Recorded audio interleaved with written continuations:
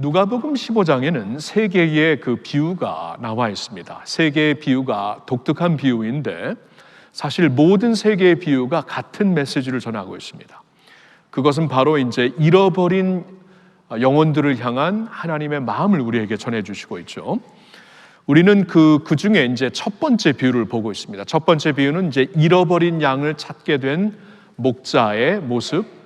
두 번째 비유는 잃어버린 드라크마 코인을 찾게 된 한 여인의 모습, 그의 마음. 그리고 셋째 비유는 이제 돌아온 탕자의 비유. 다시 아들을 찾게 된 아버지의 마음을 우리에게 알려주시는 비유이지요. 첫 번째 비유에서 이제 말씀을 보지만 사실 이 말씀을 발판 삼아 세 개의 비유를 같이 생각해 보고자 합니다. 자, 여기서 잃어버린 영혼을 향한 하나님의 마음을 좀 생각해 보십시오. 몇 가지를 좀 생각해 봤으면 좋겠는데요. 첫째로는 하나님의 안타까운 마음이 분명히 보이고 있습니다. 안타까운 마음.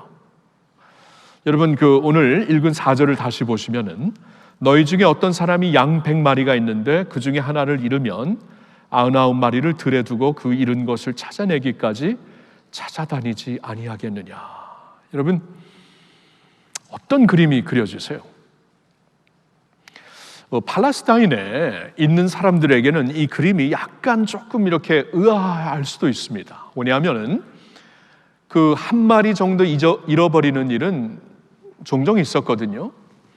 100마리가 있는데 한 마리가 곁길로 갔으면은 아이고 오늘 이 녀석 어디 갔나 하고 뭐 찾아 나설 수도 있지만 99마리를 두고 찾아 나서는 것은 굉장히 그 이례적인 일이죠. 왜냐하면 99마리가 도리어 다칠 수가 있는데 그러면 조금 좀 이렇게 뜻밖의 어떠한 그 스토리가 되겠지만 여기서 이 비유를 통해 예수님이 우리에게 전달하시고자 하는 것은 명확합니다. 그건 이제 이게 아버지의 마음이라는 거죠. 그러니까 한 마리 양이 귀찮게 여길 수도 있고 아유 저 녀석 어차피 그 곁길로 가는 건데 할 수 없다. 그냥 남은 99마리 잘 보호해서 번성시키면 된다. 뭐 이것이 아마 보통 그 목자들의 마음일 수도 있습니다. 근데 여기 본문을 보면은 그 한 마리를 향해 이 목자가 모든 것을 놔두고 찾아 나서게 되죠. 그리고 찾을 때까지 찾아 나섭니다. 그 한 마리를 향한 안타까움이 있죠. 너무나 소중한 거예요. 그 한 마리가 보통 사람들에게는 그냥 뭐 할 수 없이 뭐 어차피 곁길로 도는 녀석 그냥 놔둬라 뭐 이 정도로 생각할 수 있겠지만 이 목자에게는 안 그렇습니다. 반드시 찾아내야만 하는 한 마리 양이 되는 것이죠. 소중한 한 마리 양이에요. 소중함. 여러분 소중하니까 안타까운 것입니다. 하나님은 영혼들을 그렇게 보시는 줄 아시나요, 여러분? 하나님은 우리도 그렇게 보세요. 우리도 그렇게 보시고 한 사람 한 사람을 소중하게 보시잖아요. 내가 너를 창세전부터 알았다. 내가 너를 지명하여 불렀다. 너는 보배롭고 아름다운 나에게는 보화 같은 자녀이다. 이런 말씀을 계속 주시고 있습니다. 내가 너를 어떻게 잊을 수 있겠는가? 내가 너와 장가든 사이니 내가 너를 끝까지 잊지 아니하리라. 이런 말씀도 들리고요. 하나님에게는 이 모든 영혼들이 너무나 소중하십니다. 우리도 소중하게 보시고 우리를 당신에게로 불러주신 거죠. 잃어버린 양도 마찬가지라는 것입니다. 여러분 그 복음서를 보면 예수님이 무리들의 병을 고치실 때 인격적으로 고치십니다. 한 명 한 명 기도해주고 만져주시고 한 명의 그 기도를 들으시고 그들의 이름을 부르시고 그러면서 다 고쳐주셨어요. 여러분 이런 식으로 그 안수기도 하면은 한 2시간만 하면 뻗습니다. 진짜 뻗어요. 영적인 모든 게 다 쏟아지니까 예수님이 그런 일을 지금 쭉 하시는 거예요. 예수님도 인간이었잖아요. 하나님이시면서 온전한 사람이었기 때문에 얼마나 마음도 힘들고 몸도 힘들고 그러겠어요. 그리고 이제 날이 저무니까 예수님이 이제 무리들을 보시는 거예요. 이거 하루 종일 자신을 따라다니면서 먹지도 못해갖고 또 불쌍히 여기시면서 제자들을 불러갖고 이 사람들에게 먹을 것을 주라 그러죠. 그때 제자들은 주님 그냥 보내세요 그러죠. 그냥 보내세요. 이 사람들 먹일 것도 없고 뭐 줄 것도 없고 주님 지금 힘드시잖아요. 우리도 힘들고 그냥 보내세요 하니까 예수님이 아니다. 너희들이 먹을 것을 주어라 하면서 이제 그 수천 명을 먹이는 놀라운 그 능력을 보여주시고 있습니다. 저는 그 말씀을 이렇게 이렇게 읽으면서 이게 주님의 마음이구나. 우리에게는 너무나 귀찮은 사람들이죠. 때때로 나도 죽겠는데 지금 얼마나 힘들겠어. 이 사람들 지금 나의 너무나 이기적이다. 충분히 그럴 수 있잖아요. 근데 예수님은 그들을 민망히 여기셨다. 불쌍히 여기셨다. 한 명 한 명씩 다 고쳐주셨다. 그리고 밤이 되니까 있는 거 없는 거 다 갖고 와서 먹이게 하시고, 이게 주님의 마음이고 하나님의 마음입니다. 여러분, 오늘 본문에서 두 번째 그 비유를 보면은 그 여인이 이제 그 드라크마 코인을 잃게 됩니다. 잃게 되었어요. 집안에서 잃게 되었어요. 여러분, 집안에서 잃게 되었으니까 어디 가지 않습니다. 보통 집안에서 아무리 찾다가 없으면은 언제 나오겠지 하고 그냥 포기하죠. 어느 정도 되면은. 근데 오늘 말씀을 보면은 그 여인이 집안을 다 쑤시면서 다 쓸면서 그 드라크마를 찾아내요. 이게 하나님의 마음이다라고 우리에게 보여주시는 거예요.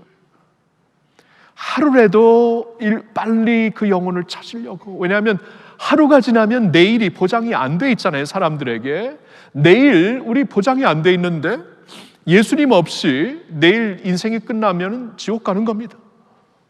아들이 있는 자에게는 생명이 주어졌고 아들이 없는 자에게는 생명이 없다. 하나님이 그러시잖아요. 생명 없다라는 것은 하나님의 생명이 없다. 그것은 지옥이에요. 오늘이라도 빨리 구원해야 되는, 오늘이라도 빨리 자신의 품에 안아야 되는 그러한 하나님의 긴급한 마음이 보이십니까, 여러분? 세 번째 비유를 보면은 집 나간 아들이 이제 간절히 기다리는 아버지가 있다가 그 아들이 돌아오게 될 때, 정신을 차리고 돌아오게 될 때 20절에 보니까 아직도 거리가 먼데 아버지가 그를 보고 측은히 여겨 달려가 목을 안고 입을 맞추니. 그러니까 그날도 아버지는 집 밖에서 아들 돌아올 길을 향해 계속 보시고 있었던 겁니다. 계속 그날도. 여러분, 다른 사람들은 다 그만두자 그랬겠죠. 이제 잊을 때 됐습니다. 돌아오면 돌아오겠지요. 근데 아버지는 안 그래요. 오늘이라도 돌아와야 되는데 우리 아들이 간절한 마음으로 기도하지 않았겠습니까? 그리고 어쩌면 아버지의 마음에는 그런 마음이 있었을 거예요. 아들이 오늘 정신을 차리고 돌아오게 되었는데 아버지가 기다리고 있지 않는 모습을 보면 낙심하고 돌아갈까 봐. 그래서는 안 되겠지. 내가 오늘도 이 자리를 지키고 있을 거야. 그리고 내 아들이 보이면은 내가 가장 먼저 달려가서 그를 안고 그에게 키스를 해줄 거야. 그에게 신발을 신기고 옷을 입히고 그를 위해서 큰 잔치를 벌일 거야. 이게 아버지의 심정이에요. 긴급한 마음. 하루라도 빨리 내게로 돌아와야 되는 그 아버지의 마음. 수고하고 무거운 짐진 자들아 다 내게로 오라. 내가 너희를 쉬게 하리라. 오늘도 어제도 오늘도 내일도 계속 이 그 인생의 버거운 짐을 갖고 살아야 되는 사람들에게 수고하고 무거운 짐진 자들아 빨리 와라. 하루라도 빨리 와라. 그 마음이 아니겠어요? 제가 오늘 목자의 마음 칼럼에도 썼지만 저는 어느 날 요한복음 3장 16절을 읽는데 아버지의 절규가 들리더라고요. 절규가. 하나님이 세상을 이처럼 사랑하사 독생자를 주셨으니 이는 그를 믿는 자마다 멸망하지 않고 영생을 얻게 하려 하심이라. 이 말씀이 어느 날 절규처럼 들리는 거 있죠. 왜냐하면 여러분 그 내용을 보세요. 내가 세상을 너희를 이렇게 이만큼 사랑했어. 내 독생자를 희생할 정도로 사랑했어. 내 독생자를 희생해서라도 너희를 구할 수만 있다면 나는 너희를 구하는 것을 택하는 거야. 여러분, 독생자를 희생하신 아버지의 마음이 어찌 절박한 마음이 아니겠습니까? 어찌 그러한 아버지의 음성이 절규가 아니겠습니까? 긴급함. 하루라도 빨리 주님께로 돌아와야 되는 영혼들을 향한 긴급함. 우리 나태하지 않습니까? 영혼들에 대해 나태하지 않습니까? 그러다가 도둑같이 마지막 날이 올 것이라고 주님께서 말씀하고 있어요. 그때는 늦었습니다. 노아의 방주가 하나님께서 문을 닫으니까 더 이상 안 열리더라고요. 계속 열어놓으셔서 계속 오늘이 구원의 날이다, 오늘이 은혜의 날이다 하고 계속 열어놨지만 어느 순간 닫히면 끝입니다. 그 긴급함이에요, 긴급함. 오늘을 놓치면 안 되겠구나. 그런 아버지의 마음이 보입니다. 그리고 세 번째로 어떠한 아버지의 마음이 보이냐 하면은 축제하시려는 하나님의 마음이 보이죠. 축제하시려는. 그러니까 잃어버린 것을 찾게 되면, 잃어버린 영혼들이 돌아오게 되면 나는 축제할 거야 하면서 이 축제하시려는 하나님의 마음이 이 세 군데에서, 세 개의 비유에서 다 보이는 거예요. 그러니까 그 잃어버린 양을 찾아오게 되었을 때 목자가 어떻게 합니까? 또 5절 6절 보니까 또 찾아낸즉 즐거워 어깨에 메고 집에 와서 그 벗과 이웃을 불러 모으고 말하되 나와 함께 즐기자. 나의 잃은 양을 찾아내었노라. 나와 함께 즐겨. 나 혼자 이건 너무나 이 기쁨이 커서 나 혼자 누릴 수가 없어. 같이 와서 같이 기뻐해줘요 하고 부르는 겁니다. 잃은 드라크마 코인을 찾았을 때 그 여인이 어떻게 합니까? 9절 또 찾아낸즉 벗과 이웃을 불러 모으고 말하되 나와 함께 즐기자. 나와 함께 즐기자. 잃은 드라크마를 찾아내었노라. 함께 즐깁시다. 나 이거 큰 축제를 아니하면은 한이 맺힐 것 같아. 우리 같이 기뻐하자, 그 말이죠. 아버지의 경우는 어떠합니까? 22절부터 보니까 아버지는 종들에게 이르되 제일 좋은 옷을 내어다가 입히고 손에 가락지를 끼우고 발에 신을 신기라. 그리고 살찐 송아지를 끌어다가 잡으라. 우리가 먹고 즐기자. 이 내 아들은 죽었다가 다시 살아났으며 내가 잃었다가 다시 얻었노라 하니 그들이 즐거워하더라. 여기서 그 아버지가, 저는 이렇게 느껴요. 이게 주체하지 못하는 기쁨이죠. 신발을 신기고 옷을 입히고 그를 안고 같이 울고 살찐 송아지를 잡아갖고 우리 같이 기뻐하자, 즐거워하자. 주체할 수 없는 아버지의 기쁨이 여기에 느껴져요. 이러한 아버지의 마음입니다. 이런 아버지의 마음. 여러분 7절의 말씀을 한번 보세요. 15장 7절은 우리 한번 같이 읽겠습니다. 내가 너희에게 이르노니 이와 같이 죄인 한 사람이 회개하면 하늘에서는 회개할 것 없는 의인 99으로 말미암아 기뻐하는 것보다 더하리라. 와, 죄인 한 사람이 회개하고 돌아오면 하늘에서 회개할 필요가 없는 의인 99으로 말미암는 것보다 더 기뻐하신다. 그러니까 하나님이 한 영혼이 돌아오면 이 정도 기뻐하시겠죠. 우리가 상상을 곱하기 100입니다. 곱하기 99, 100이에요. 100. 이것보다 더 기뻐합니다. 여러분, 이게 하나님의 마음이라면, 우리 아버지의 마음이라면 이런 하나님께 좀 기쁨이 되어드려야 되지 않겠어요? 그러니까 성경에서 이렇게 말씀해. 야, 내가 천국에서 이런 파티가 벌어져. 그러니까 너가 돌아왔을 때도 내가 이랬어. 얼마나 기뻤는지 나 주체할 수 없더라. 이게 하나님의 마음이라면 이제 자녀가 된 우리로서 그러면 그 하나님께, 아버지께 기쁨을 드리려고, 아버지가 이럴 때 이렇게 기뻐하시는구나, 기쁨을 드리려고 노력하는 것이 자녀의 당연한 도리가 아니겠습니까? 그렇죠? 여러분, 이런 기쁨을 갖고 살고 있으세요? 기쁨을 드리려고 살고 있으세요? 분명히 말씀하십니다. 한 영혼을 돌이키게 될 때, 한 영혼이 돌아오는 일을 볼 때 아버지께서 이렇게 기뻐하신다. 자, 저는 오늘 이 말씀을 정리하면서 여러분들에게 세 가지 권면을 드리고 싶습니다. 첫째로는 하나님의 마음을 구하십시오. 하나님의 마음을 구해야 돼요. 내 마음이 이렇게 영혼들을 소중하게 보시고 안타깝게 보시며 긴급한 마음으로 그들을 찾고 계시며 그들과 함께 그들이 돌아올 때 축제를 하고 싶어하는 하나님인데, 과연 우리의 마음이 얼마나 그 마음과 같은 지금 그 레벨에 가 있습니까? 얼마나 같은 그 키로 지금 같이 우리 마음이 울리고 있어요. 어쩌면 전혀 그 아버지의 마음과는 상관없는 우리 마음이 될 수 있겠죠. 여러분, 큰 형이 그러지 않았습니까? 여기 탕자의 비유에 아버지를 가까이서 모셨던 형이에요. 동생은 아버지 곁을 떠났습니다. 이 망난이었죠. 근데 형은 아버지 곁을 안 떠났어요. 끝까지. 겉으로 보면은 굉장히 착실한 형인데 결국 우리에게 알려주시는 게 가까이서 아버지와 있었지만 아버지의 마음과는 멀었다 이잖아요. 동생이 들어와서 그렇게 어떻게 주체할 수 없는 마음으로 기뻐하는데 전혀 기뻐하지 않잖아요. 어떻게 저런 녀석을 위해서 그러니까 아버지의 마음과 상관이 없이 살았다 그 말이에요. 여러분, 예수님이 이 비유를 하셨을 때 예수님의 포인트는 그 당시 종교 지도자들을 이렇게 보여주시는 겁니다.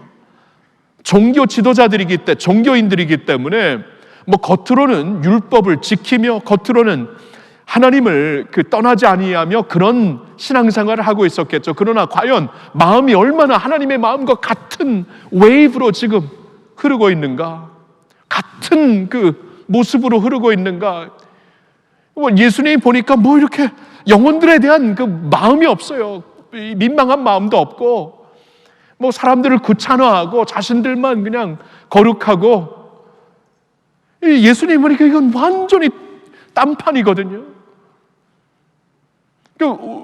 우리에게도 주시는 경고입니다. 우리도 그럴 수 있어요. 신앙생활 잘하는 것 같은데 어느 순간 하나님의 마음과 멀어질 수가 있어요.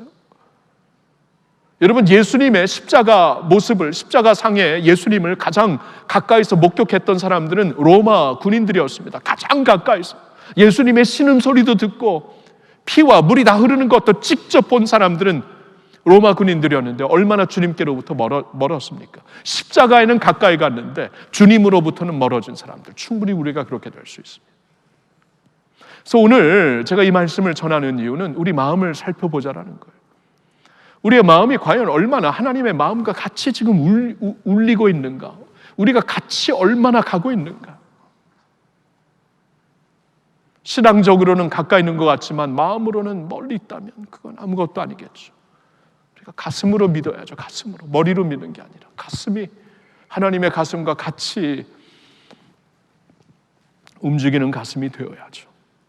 그래서 기도를 해야 될 것 같아요. 그러니까 가장 먼저 드리고 싶은 권면은 하나님의 마음을 구하시라. 하나님, 이번 기회에 아버지의 마음을 좀 저에게 주세요. 아버지의 가슴을 갖고 살고 싶습니다. 머리로 믿지 말고 가슴으로 믿게 해주세요. 이러한 여러분 기도가 있기를 예수님의 이름으로 축원합니다. 두 번째 권면은 이겁니다. 전도 대상자를 품고 믿음으로 기도하십시오. 다음 주가 되면은 우리가 예배를 통해 전도 대상자 우리 태신자들을 품게 될 텐데 그들을 이제 기도로 품을 겁니다. 근데 기도를 믿음으로 하세요. 믿음으로. 믿음이 중요합니다. 마태복음서를 쭉 읽으면서 13장을 읽었을 때 저에게 이렇게 울림이 되었던, 도전이 되었던 말씀은 13장의 마지막 구절입니다. 58절이 이렇게 나와 있어요. 그들이 믿지 않음으로 말미암아 거기서 많은 능력을 행하지 아니하시니라. 다시 읽습니다. 그들이 믿지 않음으로 말미암아 거기서 많은 능력을 행하지 아니하시니라. 예수님이 자신이 자라신 고향 나사렛에서는 많은 능력을 행하지 아니하셨다. 왜요? 그들이 믿음이 없었기 때문에. 여러분, 지금 복음서를 쭉 보면은 예수님이 이 세상에 오셔서 능력을 많이 베푸십니다. 처음으로 이제 하나님의 그 복음을 전하기 시작하니까 사람들이 이 사람이 누군가 알지 못하잖아요. 그래서 하나님께서 이제 당신의 아들 그리스도를 통해 능력을 베푸세요. 이렇게 막 병든 자들을 다 살려내시고 죽은 자들까지도 일으키시고 이 더러운 귀신을 쫓아내시고 막 이런 일을 막 보이시거든요. 그러니까 사람들이 그때 이분이 특별한 분이구나 마음을 열고 말씀을 듣게 되었죠. 그래서 많은 능력을 행하셨는데 당신의 자라신 고향에서는 많이 행하지 아니하더라. 왜? 믿음이 없었기에. 믿음이 없었기에. 이 말씀이 제 가슴을 친 이유가 사역을 하면서 얼마나 믿음으로 하고 있는가. 하나님 일을 하면서 얼마나 믿음으로 하고 있는가. 계산으로 하는 게 하나님 일 아니거든요. 전략을 하는 것도 아니거든요. 믿음으로 하는 건데 얼마나 얼마나 믿음으로 하는가. 믿음이 없어서 열매가 없는 것이구나. 하나님 앞에 이 말씀을 붙잡고 이렇게 회개하고 기도했던 게 기억이 나요. 오늘 말씀을 준비하면서. 여러분, 이제 태신자를 품으면은 기도를 어떻게 하셔야 돼요? 믿음으로 하셔야 돼요. 하나님은 하실 수 있다. 사람들에게 불가능한 것을 하나님에게는 가능하다. 그렇죠? 하나님은 하실 수 있다. 그래서 믿음을 가지고, 믿음은 바라는 것들의 실상, 보지 못하는 것들의 증거라고 하였으니, 또 믿음이 없이는 하나님을 기쁘시게 할 수 없다라고 말씀하셨으니, 여러분 믿음을 갖고 영혼들을 품으면서 기도하시기를 예수님의 이름으로 축원합니다. 세 번째로 드리고 싶은 권면은 이거예요. 우리보다 더 간절히 구원하시려는 하나님을 바라보며 힘을 얻으세요라는 거예요. 우리보다 더 간절히 구하시려는 하나님이 여기 있지 않습니까? 여러분, 제가 이 권면을 마지막으로 드리고 싶은 이유는 우리 중에는 우리 자식들을 위해, 부모를 위해, 배우자를 위해, 친구들을 위해 그렇게 오랫동안 기도하신 분들이 있을 거예요. 근데도 아직까지 열매가 안 보여서 막 낙심하는 분들이 분명히 있을 것 같아요. 저도 간절히 기도하는 가족들이 있고 한데 때로는 낙심이 돼요. 솔직히 인간적으로는. 근데 오늘 말씀을 보니까 나보다 더 간절히 원하시는 하나님이시구나. 내가 내 자식 구원받는 걸 누구보다도 원하는데 하나님은 내가 더 원한다. 그 말이죠. 나 있잖아, 그 양들 너는 뭐 어느 한계에 다다르면은 피곤해서 자고 있겠지만 나는 아니야. 끝까지 추적한다. 찾을 때까지 추적한다. 두 번째, 그 드라크마 비유를 통해서는 뭐 어느 정도 하다가 뭐 때가 되면 되겠지 하고 잠시 이렇게 손을 거두는 것이 보통 사람들의 모습이, 나는 안 그런다. 끝까지 쓸고 닦고 찾아낸다. 돌아온 탕자의 비유에서는 모든 사람들은 이제 그만하셔도 되겠습니다. 집 나간 녀석 그냥 잊고 있었죠. 다른 사람들은. 근데 아버지는 안 잊어요. 끝까지 안 잊으세요. 이게 하나님의 마음입니다. 그렇다면 나보다 내 자식의 구원을 더 원하시는 분이 하나님이신 줄 믿습니다. 나보다 나의 부모의 구원, 나보다 나의 배우자의 구원, 나보다 나의 형제의 구원, 나보다 나의 친구의 구원을 더 원하시는 분이 우리 하나님이 되시는 줄로 믿습니다. 여러분, 격려 받으세요. 힘내세요. 낙심하지 마세요. 이러한 하나님을 우리가 섬기고 있습니다. 그리고 이러한 하나님과 우리가 사역을 하는 거예요. 그러니까 영혼들을 위해 우리가 전도하고 선교할 때 낙심하고 피곤하면은 그냥 조금 이제 그만하고 싶을 때 여러분 새 힘을 받으세요. 우리 하나님이 끝까지 추적하시고, 하나님의 사랑은 영원합니다. 우리는 부족하고 우리는 한계점이 되지만 우리의 한계는 하나님의 시작이잖아요. 하나님의 역사의 시작이잖아요. 그리고 멀리 있는 우리 자식들이라면, 멀리 있는 가족들이라면 내가 여기서 할 수 있는 하나님이 일을 하면 거기서 우리가 해야 할 일은 하나님이 하실 줄로 믿습니다. 이 믿음을 갖고 하나님이 더 원하시는구나. 할렐루야. 감사하며 감격하며 우리 주님과 함께 영혼 구원 사역에 같이 우리 힘을 쓰는 모든 성도들이 되시기를 예수님의 이름으로 축원합니다.